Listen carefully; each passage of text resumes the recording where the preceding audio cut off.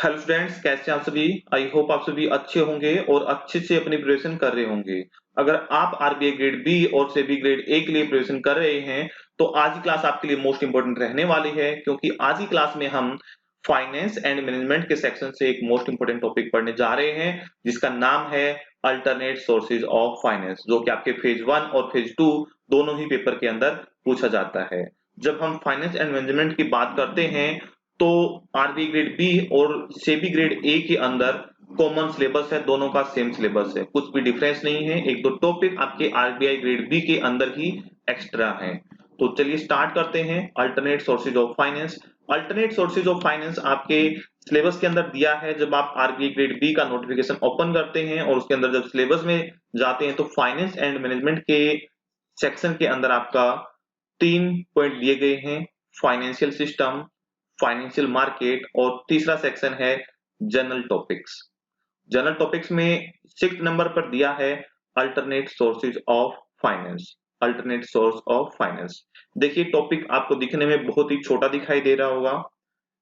Topic बिल्कुल simple है, लेकिन इतना छोटा टॉपिक नहीं है। आपके इवन पेड कोर्सेज के अंदर ये बहुत ही शॉर्ट में करा दिया जाता है फॉर्मेलिटी के तौर पर।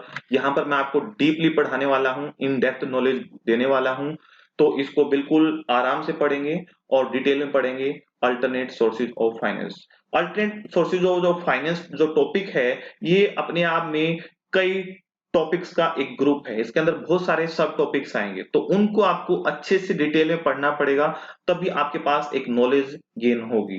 देखिए, जो ग्रेड बी और ग्रेड ए का एग्जाम है, इसके अंदर आपको कॉन्सेप्ट क्लियर होना जरूरी है, नॉलेज होनी जरूरी है।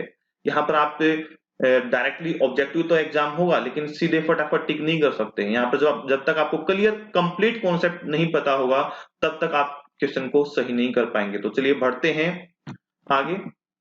Alternate sources of finance. Alternate sources of finance का मतलब क्या है? फाइनेंस की हमें क्यों जरूरत पड़ती है? फाइनेंस का मतलब क्या है भाई? पूंजी, कैपिटल, पैसा।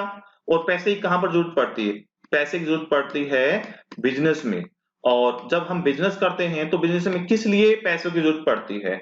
एक तो जो हम बिजनेस कर रहे हैं उसको बनाए रखने के लिए, उसको चालू रखने के लिए, उसको सरवाइव करने के लिए, ठीक है, कि वो बिजनेस ऐसे ही चलता रहे, इसलिए हमें पैसों की जरूरत पड़ती है, इसलिए हमें फाइनेंस की, इसलिए हमें फंडिंग की जरूरत पड़ती है। दूसरा, एक्सपेंशन के लिए जरूरत पड़ती है, बिजनेस को ग्रो करने के लिए, जहां पर हो उससे और ऊपर जाने के लिए आपको पैसों की जरूरत पड़ती है। जनरली दो कारणों से आपको पैसे की जरूरत पड़ती है, और इवन आप 3 कारणों से भी कह सकते हैं। एक नए बिजनेस को स्टार्ट करने के लिए, एग्जिस्टिंग बिजनेस को चलाने के लिए, और एग्जिस्टिंग बिजनेस को बढ़ाने के लिए, ग्रो करने के लिए पैसों की जरूरत पड़ती है। तो जनरली जब आपको पैसों की जरूरत होती है तो आप कहाँ जाते हैं, कहाँ से पैसा अरेंज करते हैं? जाहिर सी बात है, आप एक ट्रेडिशनल मेथड चूज करते हैं लोन्स वगैरह का। और लोन्स वगैरह कहाँ से लेते हैं? आप बैंकों से लेते हैं। आप कहाँ से लेते हैं लोन वगैरह? ओवरड्राफ्ट की फैसिलिटी वगैरह बैंक से लेते हैं। लेकिन कई बारी किसी पर्सन के लिए या किसी कंपनी के लिए बड़ा मुश्किल हो जाता है किसी बैंक से लोन लेना, या वो एलिजिबल नहीं हो, या अपनी मैक्सिमम कैपेसिटी से वो लोन ले चुकी हो, या उसे किसी बैंक से लोन ना मिल रहा हो, तो वो पैसों का जुगाड़ कहाँ से करे? तो वो पैसों का जुगाड़ कहाँ से करे? बिजनेस को रन करने के लिए, बिजनेस को ग्रो करने के लिए, बिजनेस को स्टार्ट करने के लिए। तब हमें जरूरत महसूस होती है अन्य विकल्पों की। अल्टरनेट सोर्स का मतलब क्या है? अन्य विकल्प, पैसा अरेंज करने का कोई दूसरा मेथड। दूसरे और कौन से मेथड्स हैं? तो आज की इस टेक के एरा में, आज के युग में, पैसे जुगाड़ करने के लिए, बिजनेस के पैसे जुगाड़ करने के लिए हमारे पास बहुत सारे सोर्सेज हो चुके हैं, और उन्हीं सोर्सेज के बारे में आज की क्लास में हम डिस्कस करने जा रहे हैं। तो अल्टरनेट सोर्सेज में क्या हो सकता है? लगभग मैं आपको 10 टाइप बताऊंगा, और उनमें से एक या दो मोस्ट इंपोर्टेंट होंगे जहां से आपके एग्जाम में पूछा जाएगा। तो मेरे हिसाब से आपको टॉपिक का मीनिंग जरूर क्लियर हो गया होगा कि देखिए, एक बिजनेस को रन करने के लिए, स्टार्ट करने के लिए, या एक्सपेंड करने के लिए हमें पैसों की जरूरत होती है, और उस पैसे को हम जनरली जो ट्रेडिशनल मेथड है लोन वगैरह लेकर पूरा करते हैं बैंकों से। लेकिन जब बैंकों से लोन ना मिले, किसी सिचुएशन में आप एलिजिबल ना हो, या मैक्सिमम कैपेसिटी से आप ऑलरेडी लोन ले चुके हो, तो उसके अलावा और आप कहां से उस पैसों का अरेंजमेंट कर सकते हैं, फंड्स का अरेंजमेंट कर सकते हैं। जहां से आप अरेंज करेंगे, जिन मेथड से आप अरेंज करेंगे, उन्हीं सोर्सेज को, उन्हीं मेथड्स को, उन्हीं प्रोसेसेस को, उन्हीं चैनल्स को क्या कहेंगे? अल्टरनेट सोर्सेज ऑफ फाइनेंस कहेंगे। तो finance is required to sustain और to grow the business.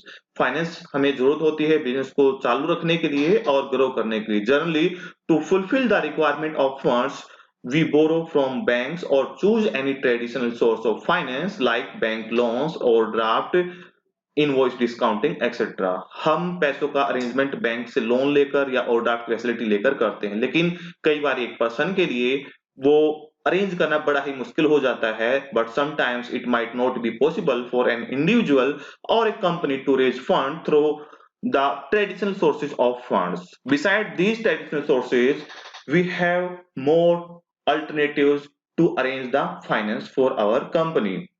The alternative finance refers to financial channels, processes, and instruments that have emerged outside of the traditional financial system, such as regulated banks and capital market. Capital market और बैंकों के अलावा जहां से आप अपने business के लिए पैसा अरेंज करते हैं, पैसे की जो रिक्वायरमेंट है वो फुलफिल करते हैं, उसी मेथड्स को, उन्हीं चैनल्स को, उन्हीं इंस्ट्रूमेंट्स को हम क्या कहते हैं? अल्टरनेट सोर्सेज ऑफ फाइनेंस कहते हैं।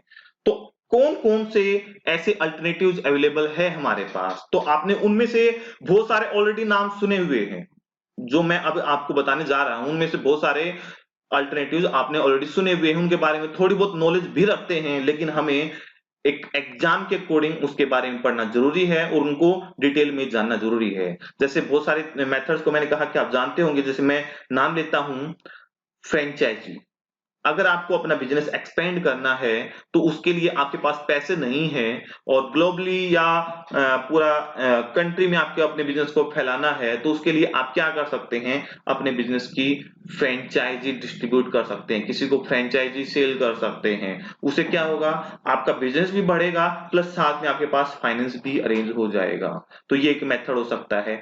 आपका कोई बिजनेस ऑलरेडी रनिंग में है और बहुत सारी लैंड वगैरह या बिल्डिंग वगैरह आपके पास आइडियल पड़ी है, आइडियल का मतलब क्या है? फ्री पड़ी है, यूज में नहीं है, तो आप उसको रेंट पर दे सकते हैं। और कमर्शियल लैंग्वेज में, ठीक है, कॉर्पोरेट लैंग्वेज में रेंट पर देने को क्या बोलते हैं? लीज कहते हैं। तो आप लीज पर अपनी एक्स्ट्रा जमीन वगैरह को, बिल्डिंग वगैरह को, लैंड वगैरह को रेंट पर दे सकते हैं और उससे पैसा अरेंज कर सकते हैं, उससे अपने बिजनेस की रिक्वायरमेंट फुलफिल कर सकते हैं। तो मैंने एक दो का एग्जांपल दिया है, उसको क्या कहते हैं? लीज फाइनेंसिंग कहते हैं। तो ऐसे ही मैं आपको लगभग 10 पॉइंट बताने जा रहा हूं जिनको हम अगली क्लास में डिस्कस करेंगे। तो जैसे सबसे पहला पॉइंट है लीजिंग, लीज पर देना, हायर परचेज करना, फ्रेंचाइजी डिस्ट्रीब्यूट करना, factoring, forfaiting, peer to peer lending platforms. Most important है, यही आपके एग्जाम में पूछा जाएगा, गारंटी है इसकी कि आपके एग्जाम में यही पूछा जाएगा। और ये चाहे आप आईबीपीएस पीयू का एग्जाम दे रहे हो, एसबीआई का एग्जाम दे रहे हो, आरबीआई का, एसएबी का कोई भी एग्जाम दे रहे हो,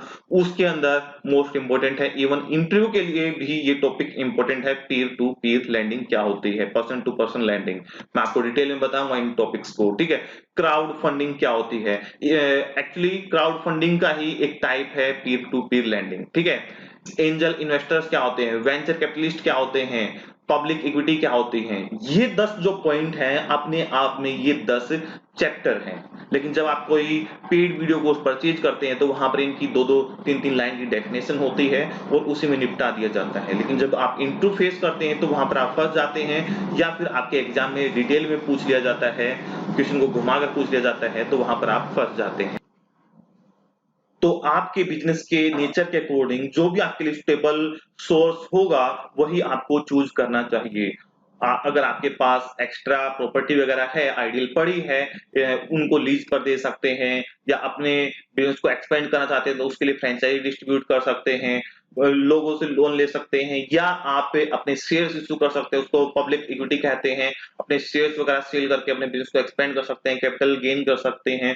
इनको मैं डिटेल में डिस्कस करूंगा आप सभी के लिए, ठीक है। अपने आप में एक एक चैप्टर है, हर टॉपिक पर एक एक वीडियो अब आपको मिल जाएगी। तो आज की क्लास में जो हमने सीखा है वो सीखा है कि ये आपके एग्जाम का एक इंपॉर्टेंट पार्ट है। यहाँ से 2017 के अंदर आपके एग्जाम में क्वेश्चन पूछा जा चुका है। अल्टरनेट सोर्सेज का मतलब क्या है और कौन कौन से हमारे पास मेथड्स हैं, ये मेन सोर्सेज हैं। इनके अलावा एक दो और भी हो सकते हैं, मैं उन पर नहीं जाऊंगा, लेकिन आपके एग्जाम के अकॉर्डिंग यही है। तो जो भी इनमें से आपके बिजनेस को सूट करता होगा, वो एक अल्टरनेटिव आप इनमें से चूज कर सकते हैं और अपने बिजनेस के लिए फाइनेंस अरेंज कर सकते हैं। तो इससे अगली क्लास में जो हम पढ़ेंगे वो पढ़ेंगे लीज। मेरे पास आपके बैंकिंग एंड फाइनेंस और या फाइनेंस एंड मैनेजमेंट की बात कहें, आरबीए ग्रेड बी हो या किसी का भी हो, मेरे पास कंप्लीट आपका सिलेबस अवेलेबल है और मैं आपको सारा पढ़ाने वाला हूँ, टेंशन नहीं लेने की जरूरत है। तो ऑलरेडी सारी मैं पीपीटीज में उनको नोट्स वगैरह को कन्वर्ट कर चुका हूं। अगली क्लास में ये सारी चीजें पढ़ेंगे, डिटेल में पढ़ेंगे। तो अभी तक आपने क्या सीखा? मीनिंग और उसके टाइप्स पढ़े हैं। अगली क्लास में मिलते हैं। अगर कोई भी डाउट है तो नीचे वीडियो के नीचे डिस्क्रिप्शन या कमेंट बॉक्स में आप लिख सकते हैं। प्लस इस यूट्यूब चैनल को सब्सक्राइब कर लीजिए ताकि मैं आपको सारी जानकारी शेयर कर सकूं आपके एग्जाम्स के रिलेवेंट। तो चलिए मिलते हैं नेक्स्ट क्लास में। Thank you, have a nice day.